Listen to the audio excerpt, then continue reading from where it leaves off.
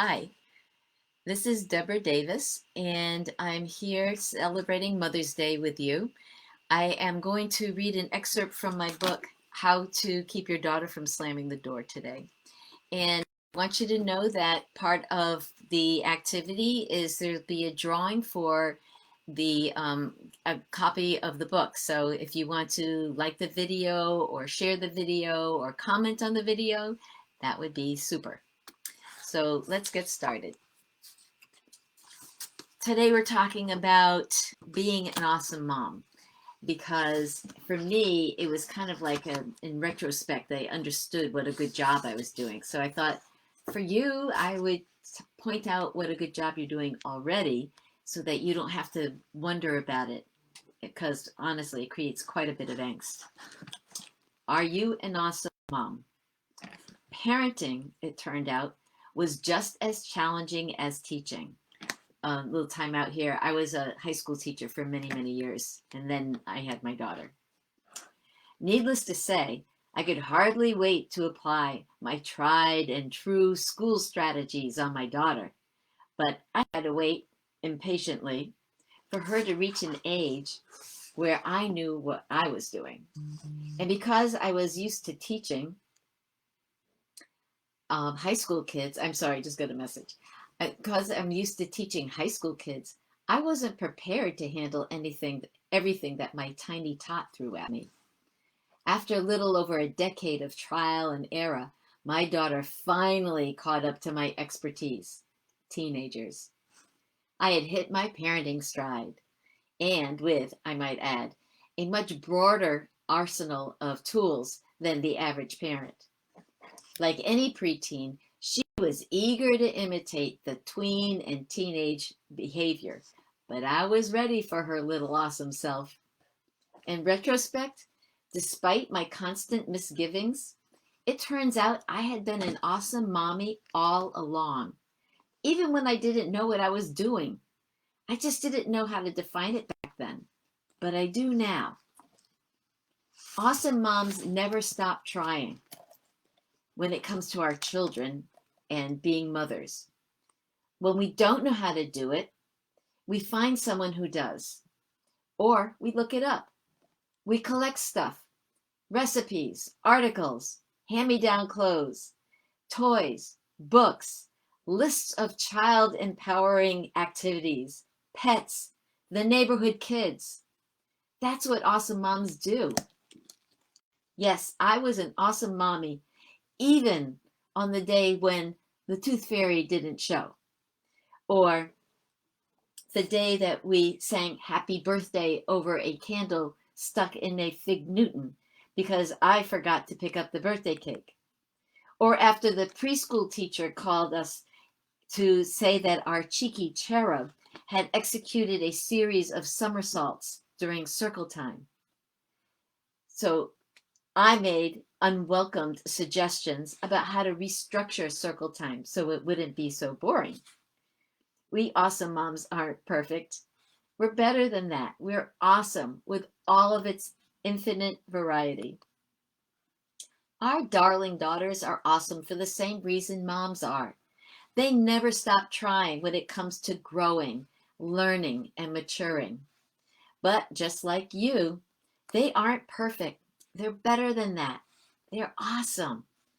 When they don't know how to do it, they find someone who does, or they look it up.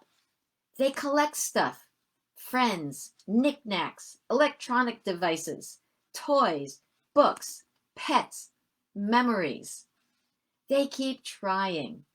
Every day they show up, despite what's going on internally. That's just what awesome daughters do. Does the stress in your life make you feel less than awesome? Did your daughter's awesomeness escape her? Don't worry. The pressures of life don't actually erase your awesomeness, although sometimes it can obscure it. You're both still awesome, even when you don't feel it. Exhausted mothers who can't get off the couch are still awesome moms, but they're recharging. They need to take a moment for themselves so you'll be rejuvenated for the next round. Unhappy daughters who withdraw to their rooms are still awesome daughters, but they're in recovery mode. They too need to reboot before they meet the world. Because they both keep trying, eventually awesome moms get off the couch and awesome daughters come out of their rooms, regardless of the sullen looks, the huffy sighs, the snarky comebacks, and the eye rolling. What? Did you think I was talking about your daughter? Your job is to make sure you don't get suckered into doubting your worth, and to make sure you don't allow your awesome daughter to doubt hers. So my book has a series of little activities in that. So we're going to do one of these activities. This one's called How I'm Awesome. To help you recognize how awesome you are, here are the characteristics of an awesome mom. Circle the ones that apply to your situation. So what you should do is just count on your fingers every time I say one that you actually do. Awesome moms create opportunities for their families. You do that. Awesome moms seek knowledge and implement it, which is powerful. Awesome moms build daughters into women and sons into men. You do that. Awesome moms change the world one child at a time. Awesome moms make mistakes and then correct most of them. Awesome moms try and try and try. Then they go to sleep, and in the morning they try again. So I think you probably raised your fingers for every single one of the things I just said. Her closed door may seem to punctuate an insurmountable barrier between you, but I guarantee that's the last thing either of you want. From your side of that doorknob divider, you want to figure out how to stop this from recurring. On the other side of it, she doesn't want to keep arguing with you, but neither of you know how to break out of that negative pattern. Sound familiar? When circumstances are overwhelming, everyone needs a plan to fall back on. Otherwise, temporary glitches interfere with our momentum. This handbook will provide you with tools and techniques to communicate with your daughter and strengthen your relationship. You no longer have to make it up as you go along, or worry about being unprepared if or when outside influences affect your relationship. How to keep your daughter from slamming the door distills my career with teenagers into one place so you don't have to reinvent the wheel. And you too can have a much broader arsenal of tools at your disposal. In my role as a teacher, I was in a position to guide students. The kids knew me and they trusted me to understand where they were coming from. Regardless of how they outwardly handled school, without exception, all of my students wanted unconditional love from their parents, to be accepted, to be admired, to feel in control, to get help for unpredictable relationships, for everything to just get better, and to replace their fear of failure with a feeling of confidence. Once the students' personal issues spilled over into the school performance, parents and students would find themselves sitting across from me in a conference. By the time we met, most parents were already frustrated with their teens. Sound familiar? Hey, if it were easy, everyone would have a great relationship with their teenagers, right? Don't give up hope.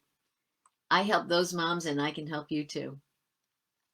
There was also a good reason why, in my role as a teacher, I was in a position to support the parents. They were fully aware their kids didn't dish it out at school the way they did at home. Because the students did my bidding, the parents were relying on me for solutions. What those parents wanted was very clear. Unconditional love from their child, to be accepted, to feel admired, to be in control, to finding help for their unpredictable relationship, for everything to just get better, and to replace their fear of failure with a feeling of confidence. Yes, that was the same list. Maybe the gap between you two isn't as big as you think. Over the years, I've met with hundreds of families trying to aid their children. Many of them were parenting teens for the first time and feeling mystified by the sudden dark clouds on their sunny relationship. If you find yourself feeling like you're doing something wrong, there are better days ahead. According to a Pennsylvania State University study on the ties between midlife age daughters and their elderly moms, researcher Karen Fingerman, PhD, found that despite conflicts and complicated emotions, the mother-daughter bond is so strong that 80 to 90% of women at midlife reported good relationships with their mothers. I'm guessing you don't want to wait that long for your relationship with your angel turned fiend to improve. After 30 years of teaching, 18 of which overlapped with raising an incredible daughter, objectively speaking, of course, I can tell you with absolute certainty that your daughter doesn't need a perfect mom. She needs an awesome mom, the one that you already are. I'll be the first to tell you that I'm not perfect, and my daughter will be the second to tell you. I problem solve, and when I don't get it right, I fix it. I make mistakes just like everyone else, but I try not to make them twice.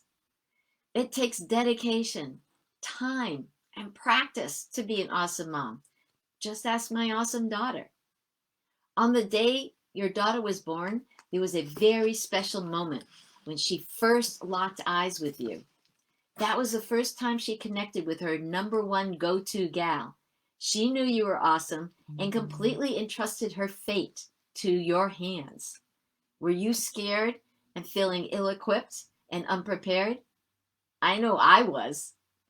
Although the medical staff skillfully siphoned and swiped and swaddled my delicate infant, I was appalled by their rough handling of something so small and fragile. However, it wasn't until they actually handed her to me that I feared for her very life. I didn't know what to do with that squalling bundle, and I was pretty sure they wouldn't take her back. Panicked, I spoke to her as if she was a frightened kitten, and miraculously, she peered at me and stopped crying. That was our first moment. Neither of us noticed my husband and his camera or the nurses and their equipment. For that instant, it was just us. In that moment, I took the time to apologize for all the mistakes I was going to make over the next couple of decades. She didn't seem too worried about what was to come, and my panic subsided. Besides, we both really needed a nap. Then it was there on my chest, where she fell into her first peaceful slumber. When we moms dealt with it, didn't we? After all, like you, I knew more than a newborn, right? We're able to solve countless problems, dole out millions of hugs, and brace ourselves against buckets of tears. And she's still thriving, despite the mistakes we made along the way. As a mom, I've been through what you're going through. Today, my mission is to help you, awesome mom, rediscover the tools you already have inside you. Tools that will help you positively empower your teenage daughter as she develops into the strong, well-adjusted woman you want her to be. If you're struggling with a strained relationship with your tween or teen girl, you want to learn how to circumvent the drama before it rears its ugly head, then keep reading. So this book is a series of techniques that you can use while you are parenting. And there's a lot of techniques because different people handle things different ways. So you read it, you find the ones that resonate with you, and then you tell your child that you're going to make some changes so that you don't blindside them with something that's new. So I hope you enjoyed that. You can pick up the book anywhere. If you want to get a signed copy, however, send me an email at info@deborahanndavis.com, and I'll be happy to get one out to you. Plus, if you are interested in working with me, I am a parenting coach, and I am currently accepting new clients. So you can also reach me through email at info@deborahanndavis.com. Have a fabulous day and enjoy the parenting journey.